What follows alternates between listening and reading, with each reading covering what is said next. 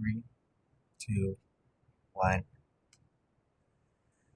Hola, mi nombre es Kei Takigawa. Soy un estudiante de tercer año de Texas Tech El Paso y tenemos aquí a... Brenda Castillo. Y hoy vamos a hacerle una chat... Oh, I'm just gonna start over. We can record it. No. It's okay, it's okay. Let me just try it again, okay? I was thinking about Buenos Okay. tardes or something. No, let me just try it again. Just, we can It's always okay. delete this part, You're you know? good. Okay.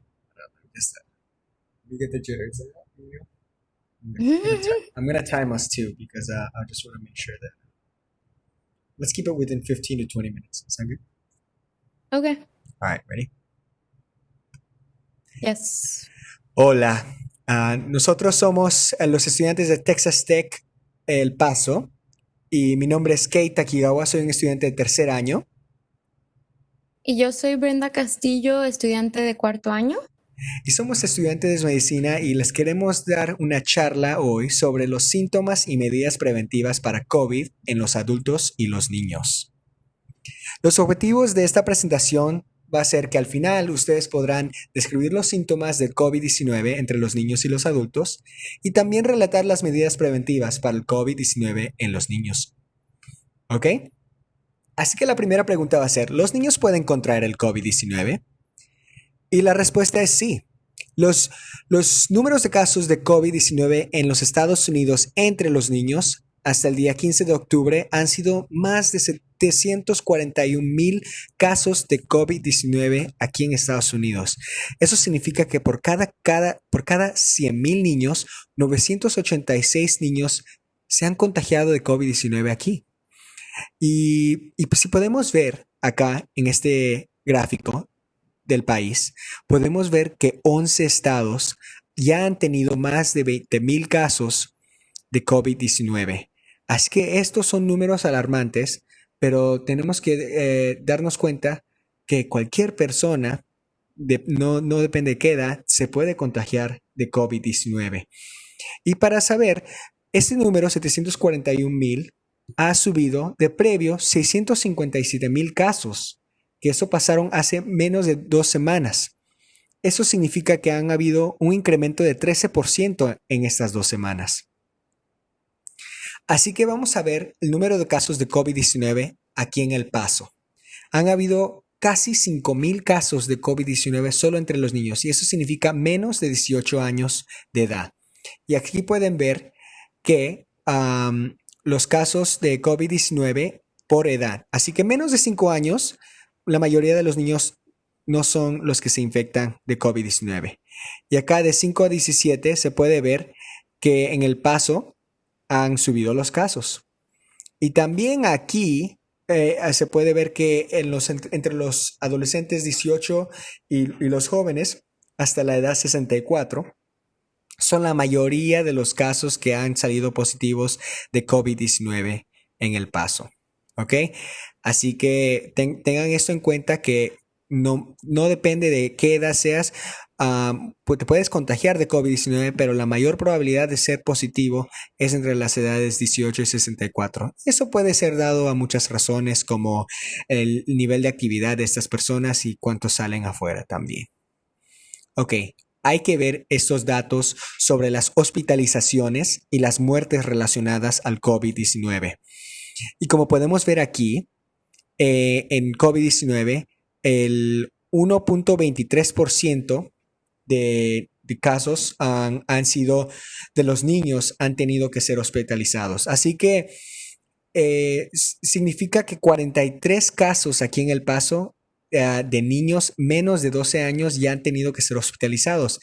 Y esta no es una cosa tan buena. O sea, al menos depende, uh, sí depende de edad, qué tan severa sea la situación sobre el COVID-19, pero todavía ya han habido 43 casos de hospitalizaciones entre los niños. Y acá podemos ver aquí en la mano derecha que las muertes relacionadas al COVID-19 ya hemos tenido un adolescente ya que ha fallecido de una muerte relacionada al COVID-19. Pero podemos ver acá a la mano derecha también que las muertes suben por la edad. y la mayoría de las muertes son gente de mayor de edad, más de 50 años, y el máximo en los años 70. Así que uh, tengamos esto todo en cuenta.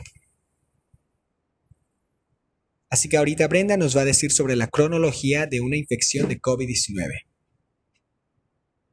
Ok, vamos a empezar a hablar de el periodo de incubación de una infección que puede durar hasta 14 días después de que una persona ha estado expuesto a alguien con el COVID-19.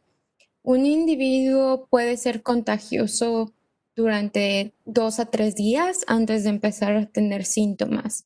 La presentación inicial del COVID-19, la mayoría de la gente va a empezar a tener síntomas dentro de 5 días después de que estuvieron expuestos, y los síntomas pueden ser leves o severos. La recuperación va a depender de la edad o si la persona tiene enfermedades crónicas. Los niños tienden a recuperarse dentro de 2 semanas después de empezar a tener síntomas. Y también las personas adultas, después de 2 semanas de empezar a tener síntomas, se pueden empezar a recuperar en infecciones leves, y también dentro de 3 a 6 semanas pueden empezar a recuperarse si sus infecciones son más severas. Los síntomas de los adultos, los síntomas más comunes van a ser la tos, la fiebre y escalofríos y la falta de aliento. Otros síntomas pueden ser el cansancio, fatiga, congestión y goteo nasal, náusea, vómito, diarrea, dolor de garganta, nueva pérdida del sentido del olfato y el gusto, y dolores musculares o dolores corporales. Las personas adultas pueden ser asintomáticos, o sea, no tener síntomas, o con infección leve, y esto lo vemos en 40% de la población de adultos que le da el COVID-19, y la probabilidad de que estas personas puedan infectar Sorry, cuando... I need to fix something. I just realized Okay, these stats are wrong. So I'm just okay, gonna fix it real quick. okay, We can start from the symptoms right here. Okay, okay. and then let me just They stop can it. cut it or whatever. Yeah, I can cut it. If not, we can do a Okay. retry if you want. It's up to you. No, no, that's fine. Okay, hold up. What was the thing that they had on theirs? Hold up. Um, Let me pause the recording. Okay, give me a sec.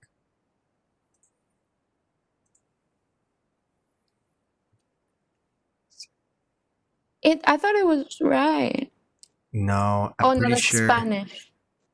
Yeah, give me a sec. So sorry.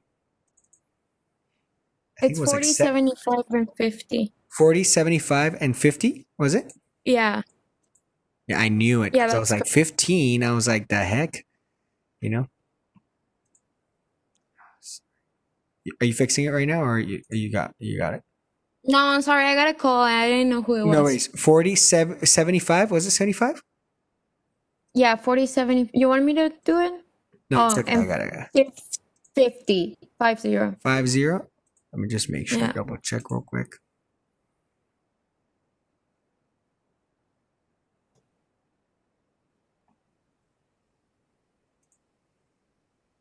Yeah. Okay, cool. All right, let's continue then. And then I'll resume the recording. Okay, ready? And just start from the top of the slides. It'll be easier. Okay? Okay. Okay, entonces vamos a hablar de los síntomas en los adultos. Los síntomas más comunes son la tos, fiebre y escalofríos y falta de aliento. También vemos otros síntomas como el cansancio, fatiga, congestión y goteo nasal, náusea, vómito, diarrea, dolor de garganta, nueva pérdida del olfato y del gusto, y también dolor muscular o dolores corporales. Vemos también que 40% de la población adulta que le da el COVID-19 pueden ser asintomáticos, o sea que no van a tener ninguno de estos síntomas o van a ser síntomas leves. 75% de las infecciones tienen probabilidad de infectar cuando están asintomáticos y también el 50% de las transmisiones pueden ocurrir antes de presentar síntomas. Los síntomas en los niños estos síntomas tienden a ser similares a los de los adultos, pero pueden ser más leves. Y también hay niños que no muestran síntomas y aún así pueden infectar a las personas. Más del 90% de los niños son asintomáticos o tienen enfermedad leve. Los niños tienen más riesgo tienen más riesgo de tener una infección severa cuando son infectados con el COVID-19 son los niños con enfermedades crónicas y los niños menores de 12 meses. Los síntomas más comunes que vemos en los niños son la fiebre o calentura, tos, goteo nasal, diarrea, vómito y dolor muscular. Y es muy importante que notemos que la diarrea y el vómito tienden a ser más comunes en los niños y también tener esto muy presente porque estos síntomas pueden ser indicativos de otras causas de enfermedad como enfermedades del estómago, etcétera. Pero por eso hay que estar muy vigilantes a todos los síntomas que los niños tengan. Y otros síntomas son el dolor de garganta, dolor abdominal, dolor de cabeza, falta de aliento, cansancio o fatiga. Los síntomas severos en los niños pueden desarrollar el síndrome inflamatorio multisistémico, que es una condición severa en la que varias partes del cuerpo, como el corazón, los pulmones, los riñones, cerebro, piel, ojos y el tracto gastrointestinal se inflaman en los niños y este se puede desarrollar 2 a 4 semanas después de que el niño o la niña han sido contagiados con el COVID-19. Han habido 694 casos reportados en los Estados Unidos y 11 muertes reportadas también. Y estas cifras son de el 20 de agosto del 2020. Síntomas de este síndrome incluyen la fiebre persistente, o sea que dura 3 a 5 días, dolor abdominal, náusea, vómito, diarrea, sarpullido o erupción, ojos inyectados de sangre, o sea, inflamación en los ojos que se vean rojos y también las ronchitas en el resto del cuerpo. ¿Qué debería hacer una persona si está enfermo? Es muy importante que se comunique con su doctor primario, quedarse en casa y estar monitoreando sus síntomas como la temperatura, la tos, etc. También es importante si empieza a tener dificultad para respirar, dolor persistente o presión en el pecho, dificultad al despertar o quedarse despierto, confusión nueva, labios o cara azul. Si tiene alguno de estos síntomas es muy importante que considere ir a la sala de emergencias, ya que son síntomas más severos de la enfermedad. También otra pregunta que se hace muchas veces es que si usted tiene que llevar a sus niños a los exámenes de salud. Y la respuesta es que sí. Los exámenes de salud y vacunas son servicios esenciales y estos servicios protegen a los niños contra muchas enfermedades. Son 16 enfermedades como la varicela, poliomielitis, etcétera, que pueden ser evitadas con las vacunas y al utilizar estos servicios también podemos evitar complicaciones y hospitalizaciones en un futuro. Una excepción a este principio de ir a las visitas con el doctor es a la gente que está siendo investigada o que tiene COVID-19. A estas personas no se les recomienda que asistan a estas citas por el peligro de exponer al personal de las clínicas o a la gente que está en este establecimiento.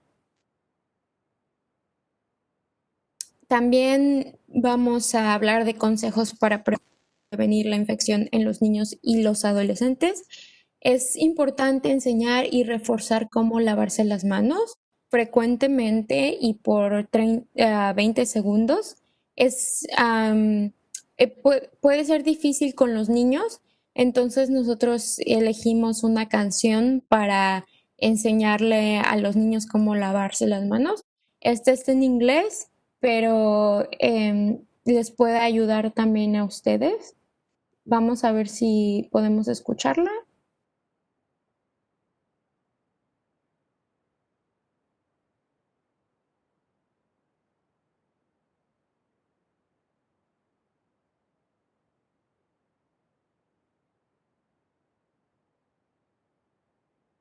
Ok, pero no se puede escuchar, pero dice wash your hands, wash your hands, grab some soap y así.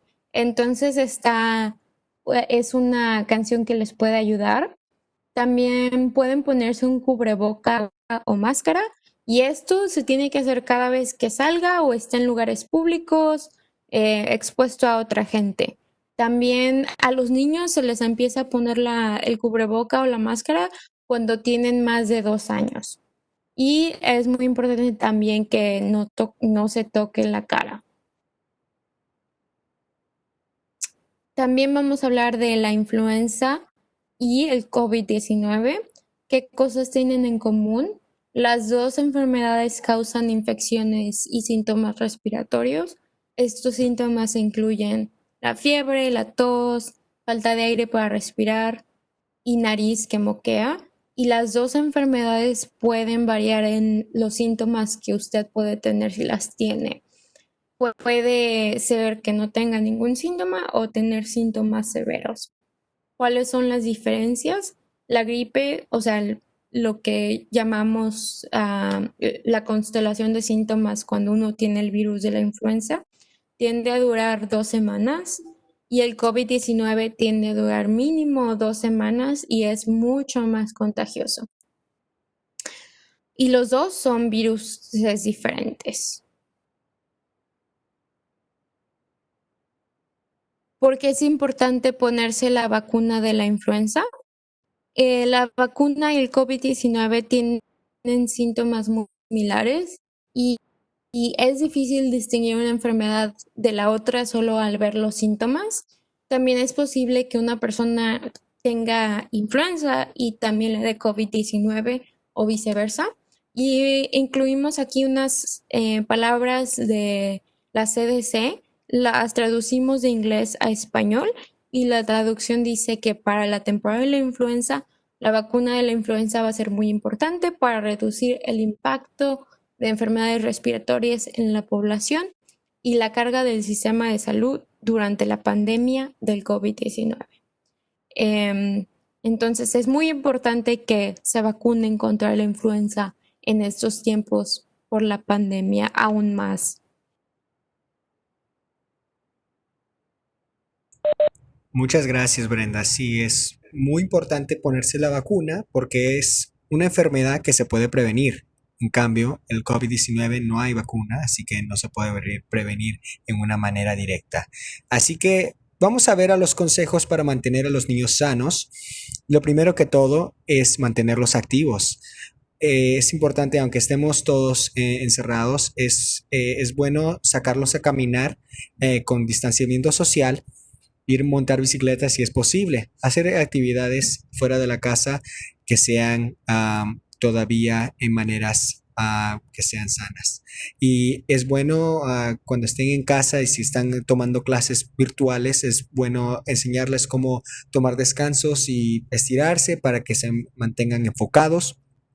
Y también la formación social es algo muy importante durante estas edades, así que es muy importante mantenerlos conectados socialmente.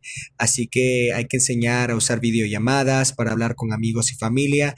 Y esto también puede ser para también abuelos, también para que se comuniquen, porque es bueno poder comunicarse entre todas las edades y ahora con la tecnología que tenemos es posible poderse mantenerse conectados. Así que hay que reconocer cuando un niño está enfermo, porque ahora cuando van a las escuelas, van a presentar síntomas que son un poco diferentes, así que es muy importante saber cuándo su niño o niña esté enfermo.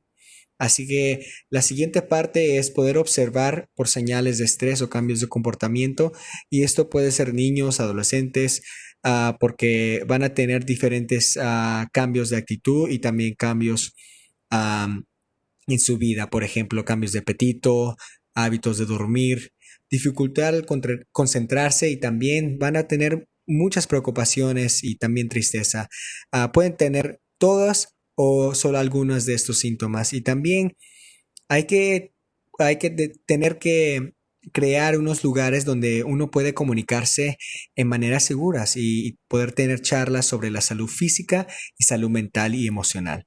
Así que también todo esto, para mantenerse uno sano, tiene que estar al día con las nuevas informaciones que hay de COVID-19, pero con data que sea factual, que es como en la página web de la CDC y también en las noticias del Paso. Así que hay que ver los pasos recomendados por escuelas por COVID-19. Así que estos pasos, si las escuelas en las que están no están usándolos, es importante dejar que hay que avisar a los administradores que tienen que estar siguiendo estas siguientes reglas. Es promover acciones que reducen la propagación, o sea, distanciamiento social, uso de cubrebocas, mantener un ambiente sano. ¿Qué significa eso? Limpiar y desinfectar superficies que se tocan frecuentemente. ¿Por qué? Porque el COVID-19 puede vivir en superficies por horas o hasta días. Así que limpiarlos es muy importante. Mantener operaciones sanas. ¿Y qué significa eso? No tener grupos muy grandes. Mantener los grupos pequeños y escalonar horarios para que no tengan mucho riesgo de contagio por solo contacto. Y también es importante tener medidas para cuando un estudiante se enferma, porque sí va a haber un momento en que uno de los estudiantes se enferme. Así que, ¿cuáles son los pasos que va a tomar la escuela para, para enfrentar este problema? Y eso es muy importante, saber estos pasos para saber que las escuelas están haciéndolo en una manera muy segura. Así que esto lo vamos a enseñar cuáles son los niveles de riesgo al contraer el COVID-19 en las escuelas. Y vamos a empezar desde lo bajo hasta alto riesgo. Bajo riesgo es puras clases virtuales. Obviamente, si todas las clases están siendo por en línea, hay muy bajo riesgo porque no va a haber mucho contacto. Y luego, si vamos a un aprendizaje híbrido, que significa la mayoría de clases son virtuales y otras en persona, eso es poco riesgo, porque si son la mayoría en virtuales, hay menos contacto, menos posibilidad de contagio. Así que riesgo medio es aprendizaje híbrido, que tiene la mayoría en persona y algunas en virtuales. Y altos riesgos van a ser todas las clases y actividades escolares solamente en persona. Así que es muy importante saber qué tipo de sistema, y esto todo depende también de el nivel de contagio que está pasando en su comunidad. Así que por cualquier cosa, hay muchos recursos que hay en línea que puede usar uno para saber cómo tomar estas decisiones de regresar a la escuela o no. Y la CDC ha creado una herramienta de ayuda para el regreso de clases. Así que, ¿qué riesgos usted puede tomar? Usted tiene que estar muy cómodo y no ponerse a riesgo por exponer a gente de mayor de edad, etcétera. Pero acá tenemos todos los recursos para ustedes, y por favor, usen las planificaciones para que estén listos para esta nueva etapa del año. ¿Ok? Pues muchísimas gracias. Esto concluye nuestra presentación, y que tenga muy buen día.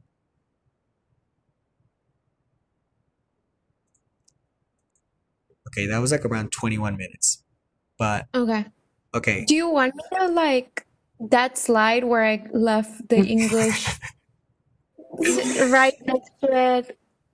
Can we I can delete it and just record If that you part again? want, let me see how it comes out real quick. Give me a sec.